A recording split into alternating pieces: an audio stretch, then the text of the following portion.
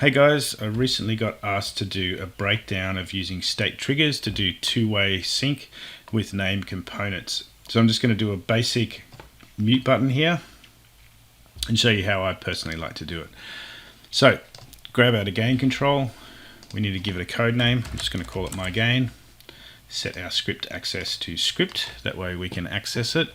In our UCI script, we're going to create a user interface, jump on our toolbox and grab a state trigger button. Okay, I need to give this a name, so we'll call it UCI mute. And we're just doing simple on and off, so it just needs a min value of 0 and a max value of 1. You can do some interesting stuff with multi-state buttons, but for now we're going to keep it nice and simple. So next thing I need is a little bit of script. So the first thing we need to do is access our named component. Now, when I give it a name, I always like to start it with comp so that I know in my code that that's always referring back to a named component, but totally up to you. So component.new, and then the name we gave it, my gain. So the next thing we're going to do is write a little function to toggle the mute. Now, the way we access the mute is using mute. If you're not familiar, you can use tools, view component info, and then you can see there, that's our control. Now, you may have seen it written like this. You absolutely can do that, but as soon as your controls get a bit more complex and you have multiple buttons that may have a .1 in there, that syntax no longer works. So I always like to just write it like this, and that way my code won't break once those control names get more complex.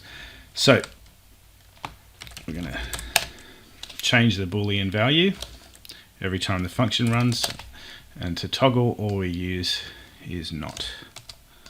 Okay, so every time that function runs, that's going to go from true to false and vice versa. Okay, now the next thing we've got to do is set the value of our button. So we access our UCI button using controls, and then it was UCI mute was our name, and then .value. Now, if you're not familiar with this and or syntax, the way it works is you write equals, but then you give it a Boolean value. So this will be a Boolean value. Whoops, Boolean value. And then you write and then value if true. Or I'm just going to spread this out a little bit so you can see it. Value if false. So it's a really simple, clean way of writing basically an if statement. So our Boolean value is going to be our mute button. And when it's true, so it's muted, we're going to give it a value of 1. When it's unmuted, we're going to give it a value of 0. Now we can just run a little print statement just to check that that is working. Okay, end this function, and then we've got to assign an event handler. So we're going to assign it on our UCI button equals toggle mute. Okay, just going to rearrange my page a little bit here. We're going to emulate, and you can see there it's muted and it's got a value of 1, and I click it again, it's unmuted. Now the nice thing about doing this two-way sync is if I break this, so if I just change the name in here, you can see the button no longer works. So you don't get into these situations where if I just had a toggle button on my UCI, I'll be toggling that thinking it's working and it's not actually connected to the devices. This is why I like to use a state trigger, so when I press that button, nothing actually happens until it talks directly to the named component. It reads the feedback from the named component, and then that's how we change the look of the button. And I'm going to show you how to do the CSS in a moment. So if I make this work again, And you can see there. Now, you'll see here if I'm changing my name component, nothing's happening. So we've got to do the backward sync as well. So the way we do that is we've got to assign event handler to this mute button. So we write comp gain mute dot event handler, and of course we could have a different function for this, but it's only a single line of code, so we're just going to do it directly. And basically we just need that same code that we wrote there a second ago. So we've assigned event handler. Now we don't need to re-toggle this. That's why I don't use that toggle mute function. Otherwise we'd get ourselves in a bit of a loop, because pressing the button directly on the name component already toggles it. All we need to do is assign the value of our state trigger based on what the name component is now doing. So you can see there, now we've got two-way sync on that button. Okay, so next we now have to do our CSS. So what I've done here is I've created a folder. I've just called it two-way sync example in documents, Q-SYS, Q-SYS designer, then styles. These are some various style sheets that created.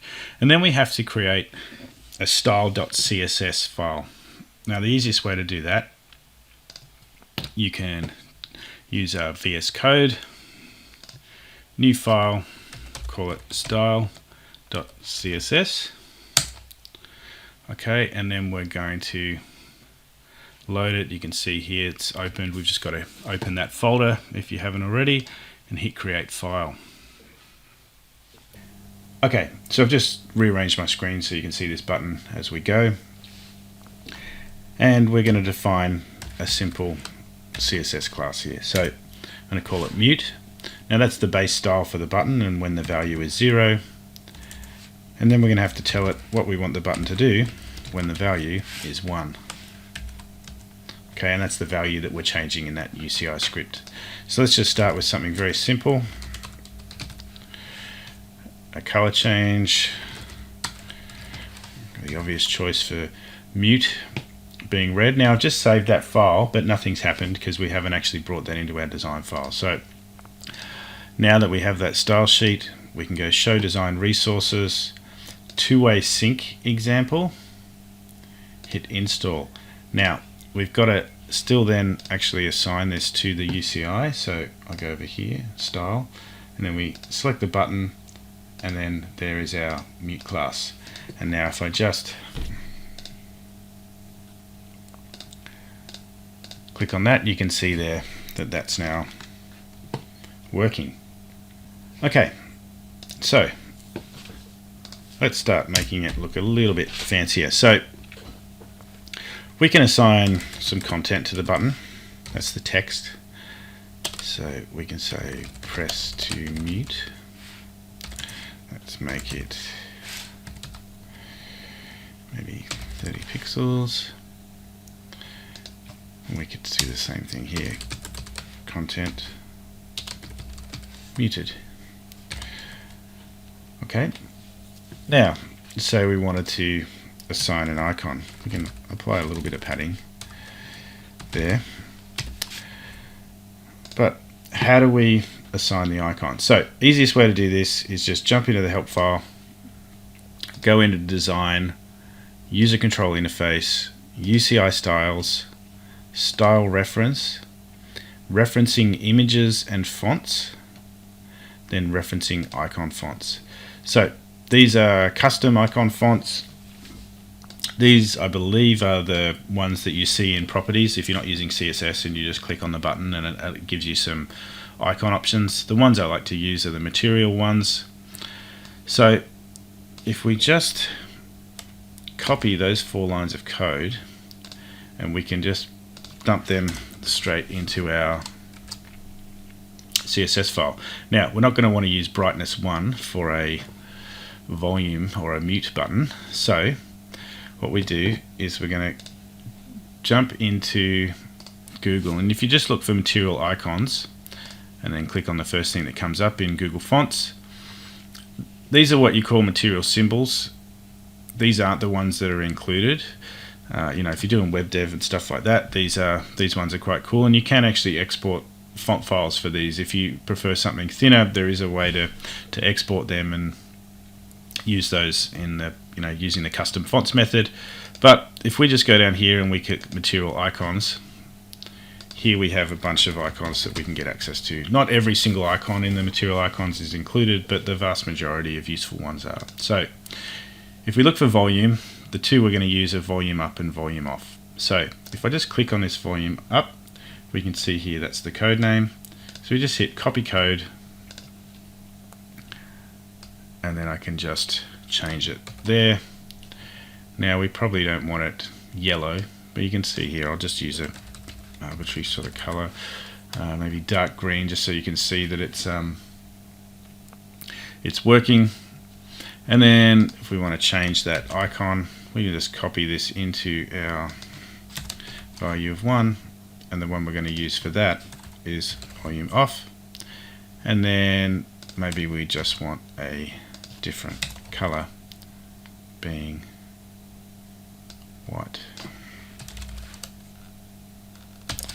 Now let's try this and see how we go. I think that should probably be okay. We're just going to emulate that there, and we can see there we've got our icons changing, our text changing, our color changing, and then of course if I go here, it's following my mute.